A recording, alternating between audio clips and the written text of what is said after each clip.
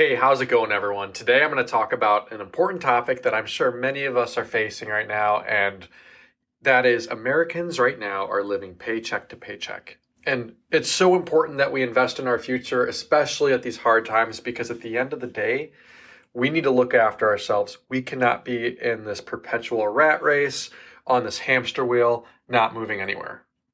Now, there was a CNBC article earlier, and it stated that 65% of Americans currently are living paycheck to paycheck.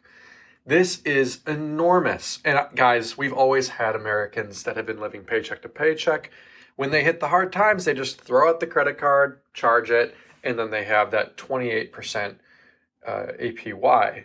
But what's crazy now is we saw a 10% uptick from last year. So I think that this is a sign right now that we are approaching some pretty dark times ahead unless we start to see things get easier, more jobs open up, incomes go up, and prices go down. With this huge uptick, I think that it's so important that we prepare ourselves now. We need to stack an emergency fund, 10 months. We need to pay off high interest debt. And importantly, we need to hold assets that go up in value or hedge themselves against inflation rather than just keeping it in cash or just going into debt. The thing is this, there is so much pressure being caused right now by the Federal Reserve keeping rates high, but also all this money printing by the Biden administration to every single avenue, such as student loan forgiveness or sending money to Ukraine or Israel, or a lot of the repercussions from that 2020 Mexican beer virus. So I think at the end of the day, we need to really sit back and say, hey, what's causing this pressure? We need to realize it and acknowledge it, right? We can't live in a bubble. We can't just focus on like everything's rosy and sunny and nothing is wrong. We need to focus on the reality of the situation. But the thing is this, we need to know how these people are going through it. And right now, out of the people surveyed, there was like 5,000 people surveyed, 69% said they're living paycheck to paycheck because of inflation. Well, what's funny about that is the Federal Reserve is not increasing interest rates. So on the one hand, they're keeping rates higher for longer. We may not see, likely we won't see a June cut. But at the same time, we're not increasing it. We're not pulling that Band-Aid off like I recommended 5-6 months ago. They paused and they never increased again. So how are you going to bring inflation down when inflation we just saw an increase? We're not seeing disinflation anymore. It's crazy. Out of all the people living paycheck to paycheck, about 59% voted that this was due to a lack of savings. And a lack of savings is because people don't have an emergency fund built up. So that's why I recommend we get an emergency fund. But with the lack of savings piece, inflation actually eats and chips away at inflation, at your savings, because you can't put as much towards it because more of your money is getting spent towards discretionary goods. So that is insane. 28% surveyed indicated that interest rates were the reason why. And that's funny because usually when you increase interest rates, inflation goes down. But we're in a period right now where we have somewhat high interest rates and we have somewhat high inflation. So people are getting a double whammy right there. And then other people, I'll just go through these three really quick. 33% indicated credit card debt, 21% said loss of income, and 15% said student loans. So, the bottom line is this. And I know that this doesn't add up to 100%, but this is what the article indicated. So it might be just each individual situations. But the point is, we gotta look at this, and we just gotta look at the data and say, okay, credit card debt, okay, get out of credit card debt, save up money, take an extra job, pay it off. Loss of income, it's rough out there, guys. Right now, there's so many jobs that are being posted, but nobody's hiring for them. And there's a lot of fake statistics. Government jobs are being posted like crazy, but that's those are phony numbers. We all know that the numbers are phony. But the thing is this, when you're trying to find a job, Try to go down a different avenue. Don't go on LinkedIn or Indeed Quick Apply. Your results may not be as fruitful.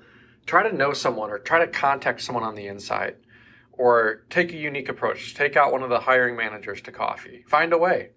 And at the end of the day, there are ways to do it, not the traditional route. Because if you're just quick applying, there's 100 other people out there all trying to go for that same position. And what makes you different? Did you go to Harvard? Did you swim a Olympic mile? I don't know. But the point is, you got to do something that stands out, and you got to try something unique and new. The next one also is the student loans. What's problematic is you can solve the student loan issue, but then you actually cause more inflation. So that's where I think this whole thing is a mess, because 15% of people indicated that student loans were the issue. 69% said inflation. But what about this? What if you forgave everyone's student loans? What would happen then? Inflation would go up. It would skyrocket. And so you can solve one piece of the problem, but you can't solve the other. So you're screwed if you do, and you're screwed if you don't. Now, less than 47% of Americans right now have money set aside for emergencies, and those that do have this money set aside, it's often not enough. And, I read a statistic too. I don't have the data in front of me, but it was that the average person in the United States does not have $500 to cover an emergency expense. That is absolutely mind-blowing. That's just $500. And I get it. It's a lot of money for some people, but we need to be prepared. We need to always have $500 ready. I just got in an accident a few weeks ago, and I had to pay $500 out of pocket. I was prepared, but many people, they'll just throw it on the credit card. So we gotta be prepared. Now, I think CNBC was giving really, really bad advice, and that was to put this money in just a savings account, or use a balance transfer card to cut your way through the recession, or living paycheck to paycheck. So the savings account, I would say it's like a 5 or 6 out of 10 advice. It's okay. I think there's better avenues. I'll get into that later. But really bad advice is balance transfer, because what you're doing is you're just shifting your problems to later. Number one, you're going to get a hard inquiry on your credit. Number two, you're going to fool yourself into thinking you're actually doing the right thing, when in reality, you're cleaning your house, you're just throwing it all into a closet. And eventually you have to open up that closet and deal with the problems. Sure, I'll say if it can buy you some time, okay. But a lot of people, they just get comfortable, they throw it all in there. And what if conditions don't get better in a year? And now you have all that debt about to come due at 28%, 30% interest rates. Horrible advice, CNBC. I can't believe you're spewing out that nonsense. But at the end of the day, we do need to be prepared by having assets, right? And so the saving account beyond a certain threshold, I think it's a waste. Unless you're trying to buy a house or trying to do something, I think you don't want to have too much cash in the bank, as you are getting debased. Now, I do think we need to start studying Bitcoin. We need to study gold and silver. We need to study assets such as land, or land and ammo. We need to study things that actually tend to go up during hard times, not things that go down. Bitcoin, for me, is how I choose to allocate. In the past, I've gone through gold and silver and other avenues, high dividend stocks, but I personally choose Bitcoin because it's set in supply. The halving is near on 420. And furthermore, we can actually validate how much supply is on the market, what the holders have, all that stuff. And it's not that gold and silver aren't good. I don't know the real inflation rate. I don't know who's manipulating it. I can't assay the gold. I can't assay the silver. With Bitcoin, I can. I can just go into the Block Explorer and do some research. So that's how I personally allocate. But at the end of the day, Americans are feeling the squeeze. Americans, they are living paycheck to paycheck more than ever right now. And that's why I think we're on the brink of a pretty big recession, unless something big happens. such as extreme money printing.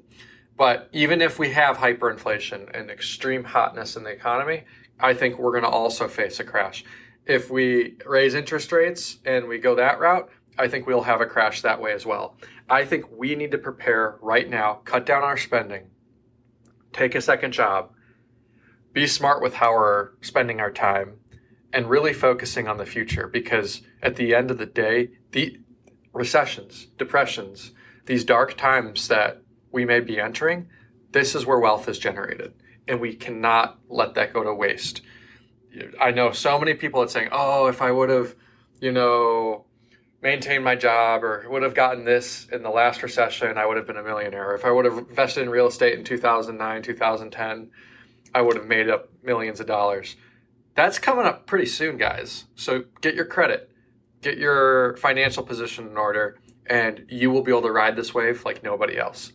Anyways, I really enjoyed putting this one together.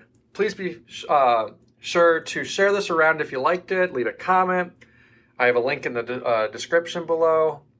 As always, guys, I love putting these together. I'll keep doing it for you, as this is my passion, is just talking about finance, talking about Bitcoin, and talking about the economy, because at the end of the day, I don't know if enough people are informed about this. And I just want to do, if I can even inform one person, just one person, about the benefits of living within your means and investing for your future, that will mean success for this particular channel. So anyways, guys, I hope you all have a good rest of your day. See you later.